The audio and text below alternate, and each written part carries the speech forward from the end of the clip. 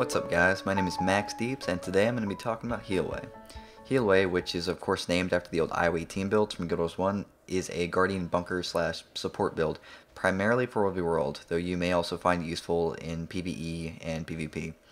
Now if you're mainly a PvP player, you're probably already familiar with a certain clerics based bunker build which utilizes the same trait distribution as this build. Naturally, one of the biggest differences between Healway and the standard PvP clerics build is that you're allowed more extensive gear customization in World and PvE than you are in PvP. You'll also notice when we get into the build that there are a few important aspects of it that are nerfed pretty heavily in PvP that aren't nerfed in World and PvE. All that said, let's go ahead and take a look at the build. One of the first things we're going to take a look at is the gear, the armor, the weapons, and the trinkets. Now, as you probably guessed from the name of the build, we're going to be using a lot of healing power in this build, which of course means a lot of cleric stuff. Now, true to that, the build utilizes Cleric's Armor with 3 Superior Runes of the Monk and 3 Superior Runes of Water. This is a total of 150 extra healing power and 30% boon duration, which adds up to quite a bit when you add it to the 30 points in virtues that we're going to be putting in later, which is a total of 60% boon duration.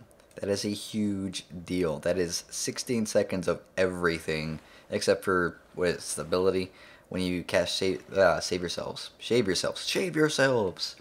Do it well, don't cut yourselves. Use a 3-blade razor. 16 seconds of that, and then an extra 6 seconds of protection and 9 seconds of regeneration over here adds up to a total of about 22.5 seconds of protection and, what is that, 25.5 seconds of regeneration? That's a lot of regeneration protection. That is so much of each of those boons. That's a lot, obviously.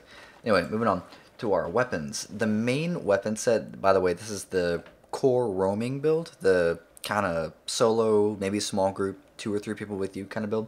The primary weapon sets for this setup are Sword Focus and Greatsword. Sword Focus allows you a lot of mobility. Sword Focus and Greatsword allow you a lot of combat mobility. You got your Leap of Faith, you got your Sword Teleport, you got... That's about it, really. But it gives you a lot of control, it gives you some extra blocks. You get plenty of blinds, plenty of extra regeneration from Ray of Judgment, from your Sword 2, from the blind from Leap of Faith, and of course if you got a projectile absorb in Zealot's Defense. You're rooted when you're doing it, but it absorbs all projectiles in a 360 cone.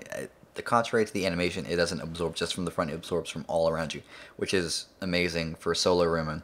Especially if you're fighting, say, a ranger plus a warrior, that ranger's not doing anything to you practically for the couple of seconds that you're using Zealot's Defense. That's a big deal.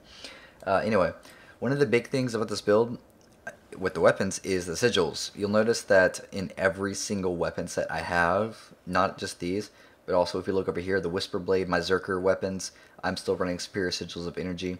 I've got an Energy Sigil here, I've got an Energy Sigil there. You'll see my 3% Force Sigil there because I haven't found out what I want to put there yet. Over here I've got my Stacking Sigil, we'll get into that. And then in the off sets, I've got 5% Sigils of Force, which is probably what I'll put in here later.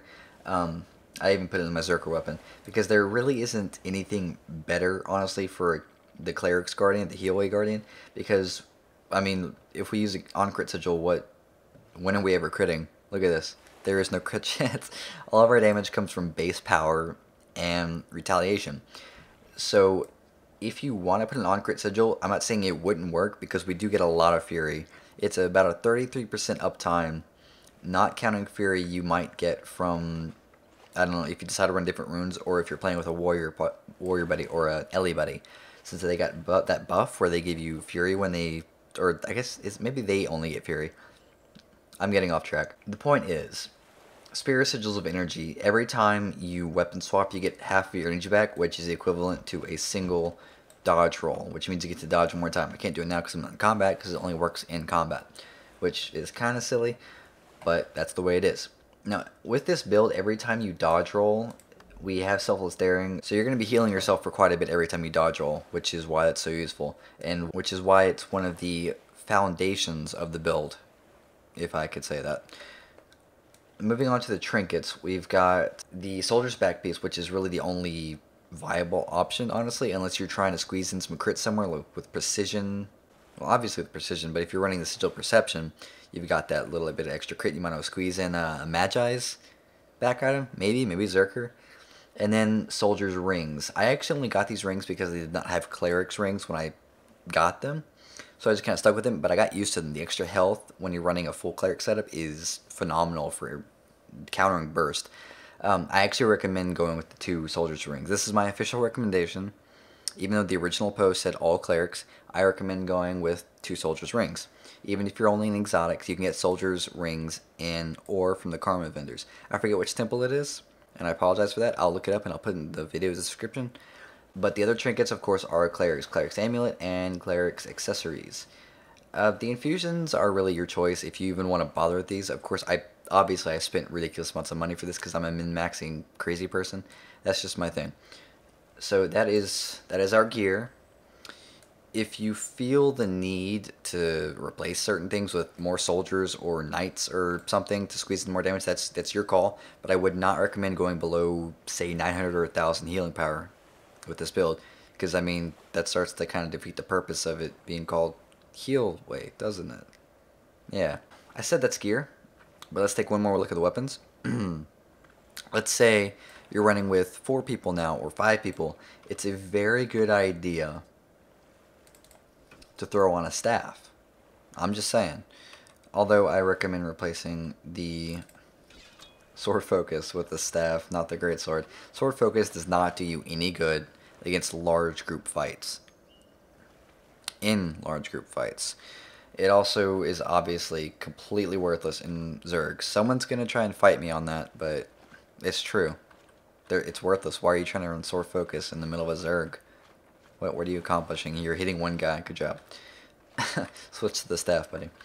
In fact, you might even be better off running hammer and staff, because this near spammable blast finisher, look at that. That's like a 4-second cooldown.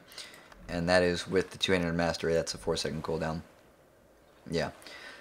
And one of the things to note about the hammer, the spammable blast finisher, is that obviously we do have a near spammable blast finisher, but also with this build is our increased healing power and our increased boon duration.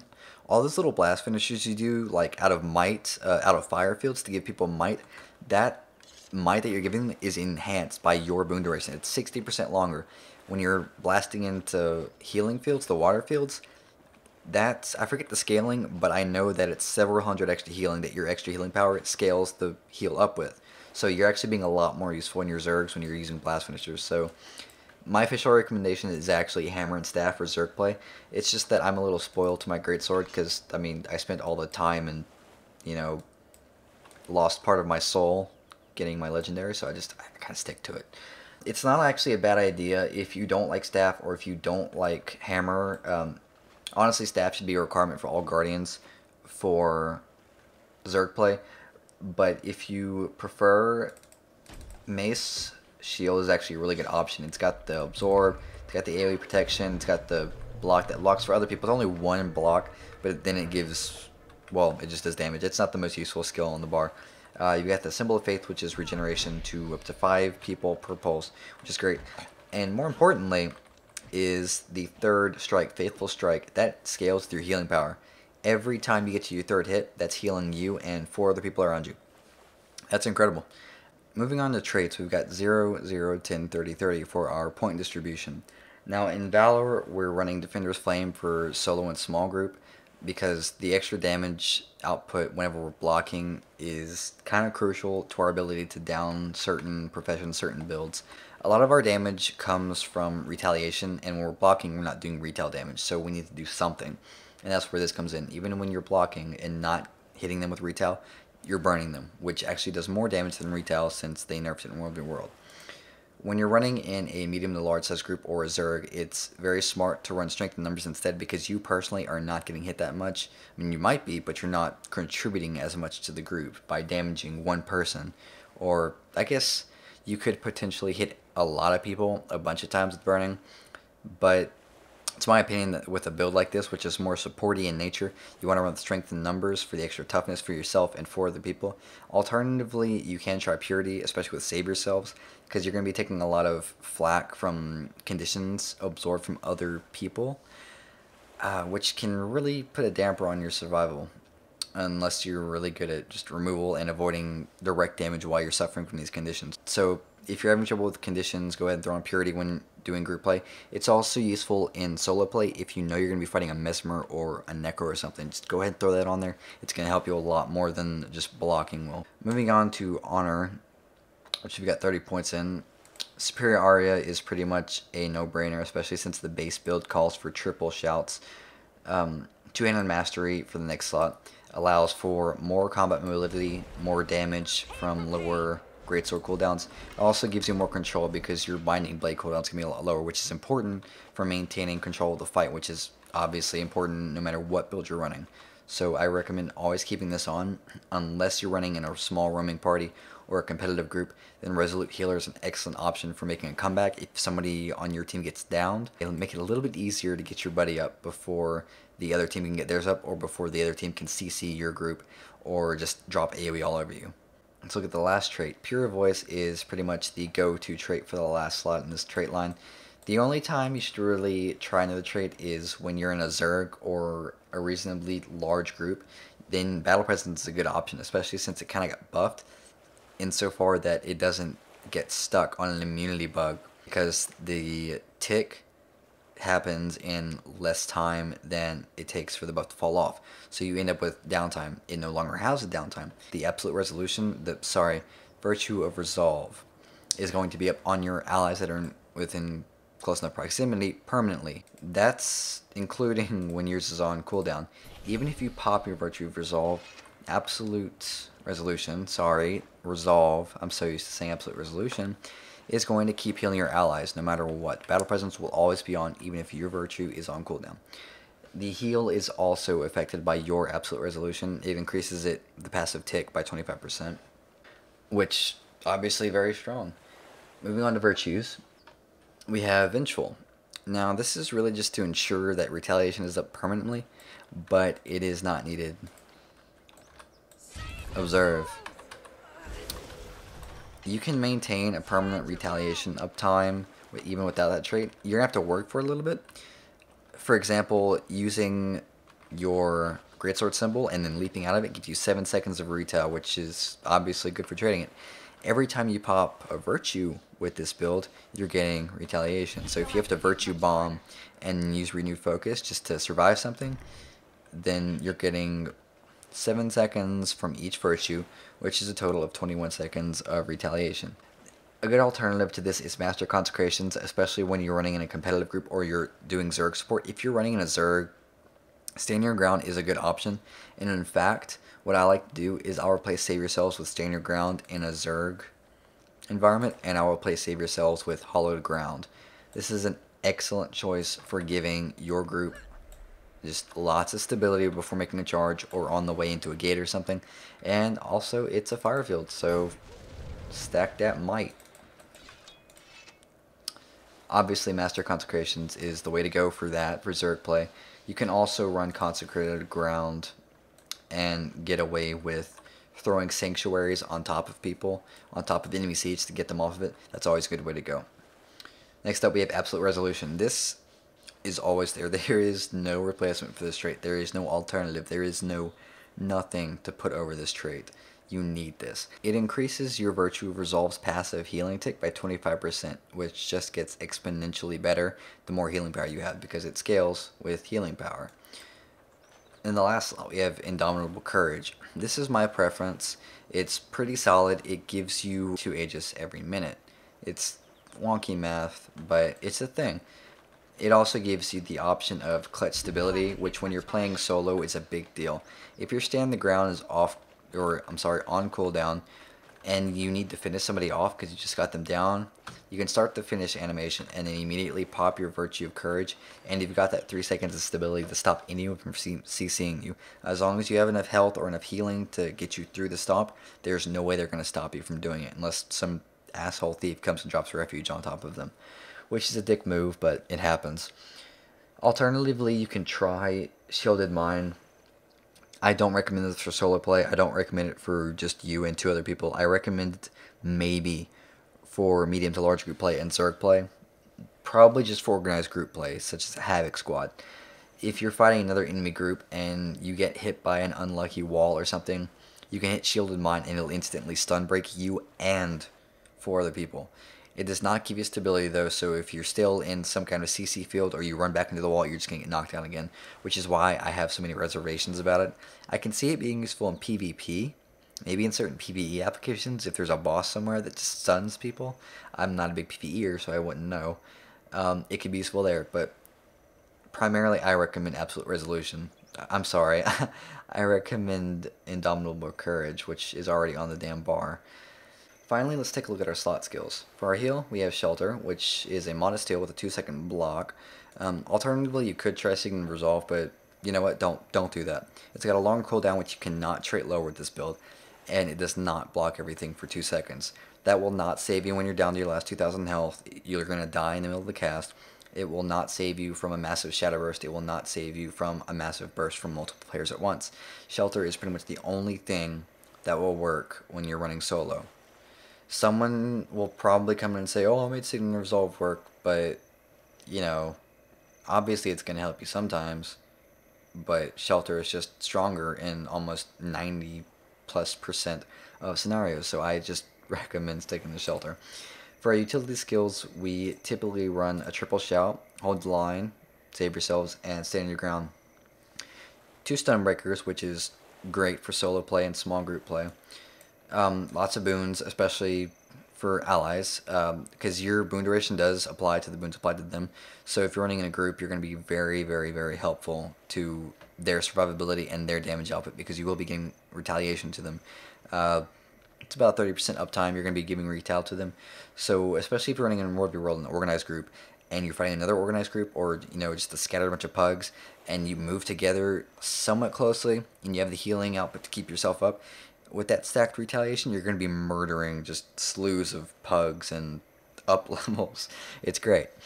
Alternatively, when you're running in a Zerg, as I stated before, you may want to replace one of your shouts, which obviously keep hold the line on the bar, but you want to replace either Save Yourselves or Stand your ground with one of your consecrations, either Wall of Reflection, Sanctuary, or Hallowed Ground. I recommend replacing Save Yourselves with the consecration, though it is understandable to want to keep Save Yourselves for all of the massive boons, to give yourself the extra regen and protection and just the swiftness.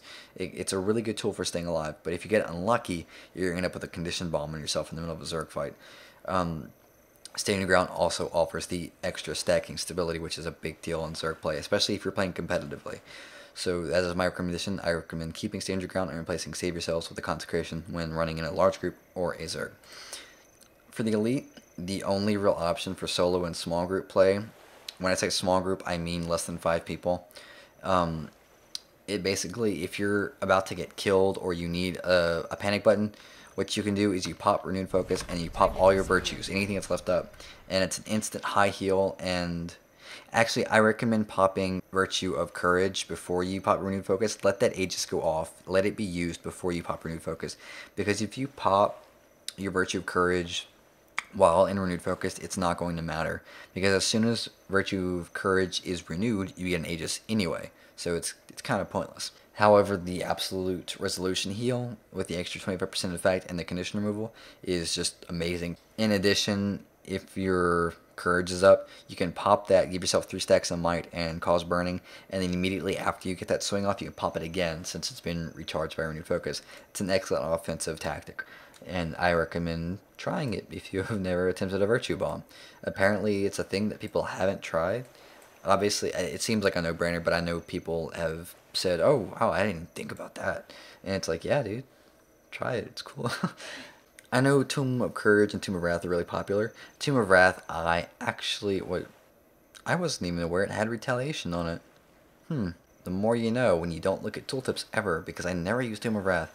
I actually don't recommend Tomb of Wrath for like anything unless you need to hit a mortar or something, then you can swap over to that and kill the mortar, and then once it's off cooldown you can switch it back to something useful. However, Tomb of Courage, anytime I get into a group of at least 6 people, so my party plus 1 more person, I will probably switch to Tomb of Courage. If I'm playing with 6+ people, especially in a Zerg, I am absolutely, positively running Tomb of Courage. Tomb of Courage is just like the balls. It's so good. It gives you permanent protection while it's up, and you can basically just spam heals on your Zerg the whole time. The number 3 skill is Protection Regen. It also affects you now, obviously. It used to not, but now it does. It's And with your boon duration and healing power, it heals for so. Look at that, 2,000 healing every time you hit that. 2,000 healing. That's a lot. That is a lot for 5 people every time you spam that every 3/4 second. Oh man. In summation, I find this build to be pretty solid in all areas of gameplay, be it World v World, PvE, or SPVP. But it definitely shines in World v World because that's what it was initially designed for. I'll say design. It's kind of a weird word when talking about builds, but that's certainly where it shines. My idea was that I wanted something versatile enough that I didn't have to change builds every time I went from roaming to large group play, or if I wanted to play Zerk support. So what I did as a newbie guardian was I started looking at the traits, and I tried to move points towards traits that you know, could be traded out for another major in the same slot that would go from solo to large group seamlessly, I guess. For example, going from Defender's Flame, which is definitely a solo play type of thing, maybe small group, and changing that to, let's say, Strength in Numbers. It's obviously a good example of going from a solo vibe to a group support vibe, which is exactly what I wanted. Expanding on that, the Cleric's gear, the healing power is an incredible tool for keeping yourself alive through all this sustained passive healing between your Virtue Resolve with all the regeneration you're getting from all your boons and stuff, and add to that the food of choice, my food of choice, mango pie. You've got all this passive healing. It's just ridiculous.